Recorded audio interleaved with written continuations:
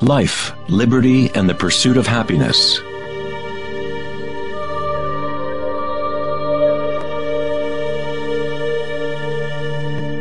We live our lives pursuing happiness out there, as if it is a commodity. We have become slaves to our own desires and craving.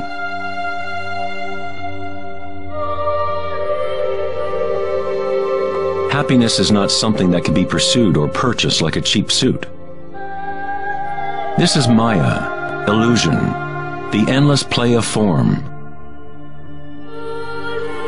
In the Buddhist tradition, samsara, or the endless cycle of suffering, is perpetuated by the craving of pleasure and aversion to pain. Freud referred to this as the pleasure principle. Everything we do is an attempt to create pleasure, to gain something that we want, or to push away something undesirable that we don't want. Even a simple organism like the paramecium does this. It is called response to stimulus. Unlike a paramecium, humans have more choice. We are free to think, and that is the heart of the problem. It is the thinking about what we want that has gotten out of control.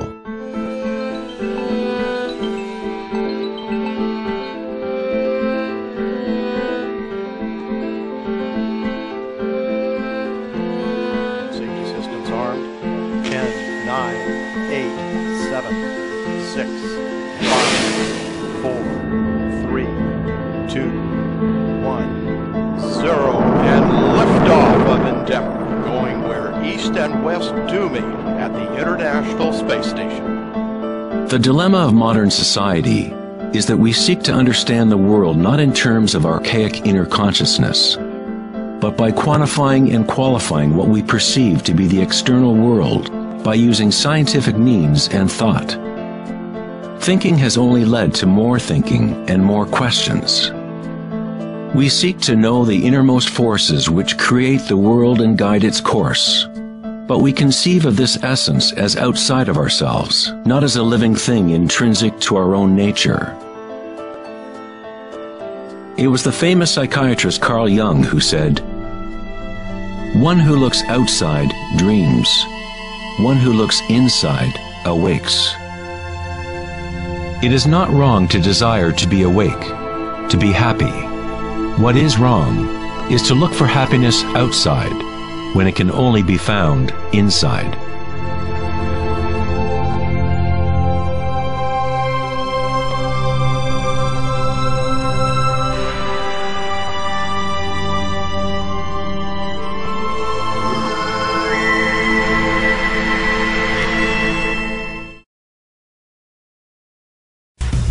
On August 4th, 2010, at the Techonomy Conference in Lake Tahoe, California, Eric Schmidt, CEO of Google, mentioned an astounding statistic.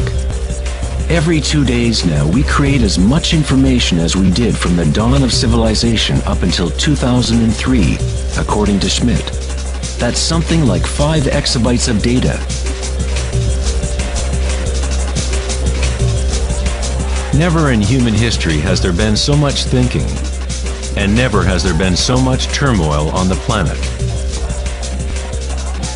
Could it be that every time we think of a solution to one problem, we create 2 more problems? What good is all this thinking if it doesn't lead to greater happiness? Are we happier, more equanimous, more joyful as a result of all this thinking? Or does it isolate us, disconnect us from a deeper and more meaningful experience of life?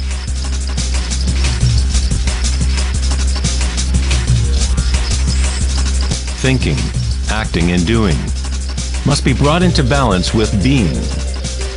After all, we are human beings, not human doings.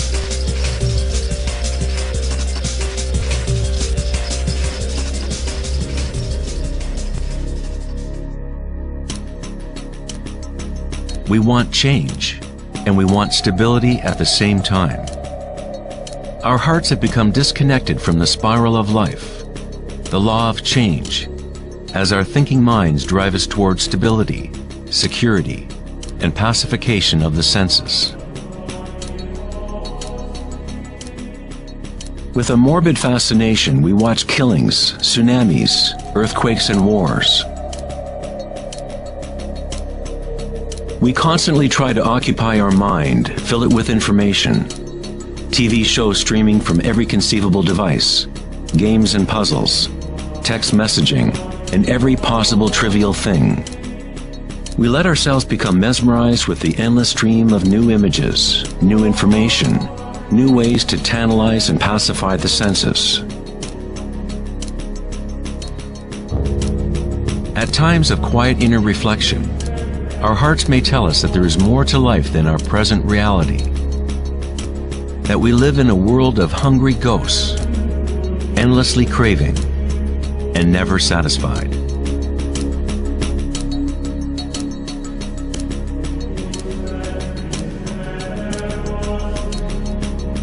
We have created a maelstrom of data flying around the planet to facilitate more thinking, more ideas about how to fix the world, to fix the problems that only exist because the mind has created them. Thinking has created the whole big mess that we are in right now. We wage wars against diseases, enemies, and problems. The paradox is that whatever you resist persists. The more you resist something, the stronger it gets.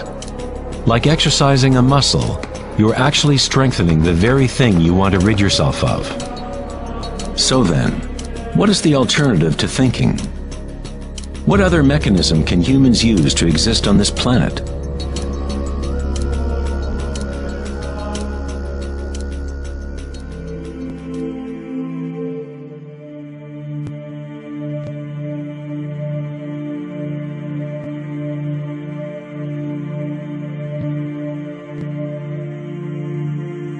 While Western culture in recent centuries has focused on exploring the physical by using thought and analysis, other ancient cultures have developed equally sophisticated technologies for exploring inner space. It is the loss of the connection to our inner worlds that has created imbalance on our planet. The ancient tenet, know thyself, has been replaced with a desire to know and experience the outer world of form. Answering the question, who am I, is not simply a matter of describing what is on your business card.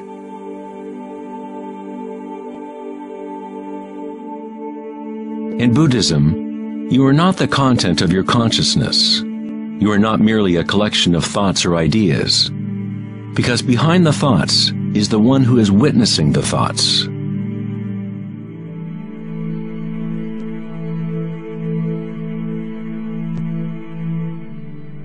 The imperative know thyself is a Zen koan, an unanswerable riddle. Eventually the mind will become exhausted in trying to find an answer, like a dog chasing its tail. It is only the ego identity that wants to find an answer, a purpose. The truth of who you are does not need an answer, because all questions are created by the egoic mind. You are not your mind.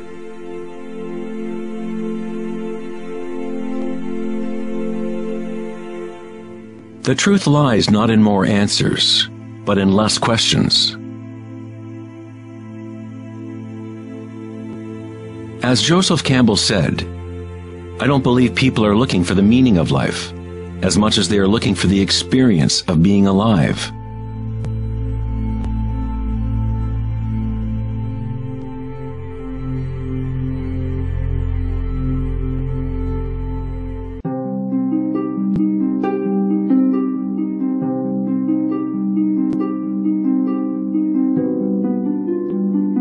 When the Buddha was asked, "What are you?" he said simply, "I am awake." What does this mean, to be awake?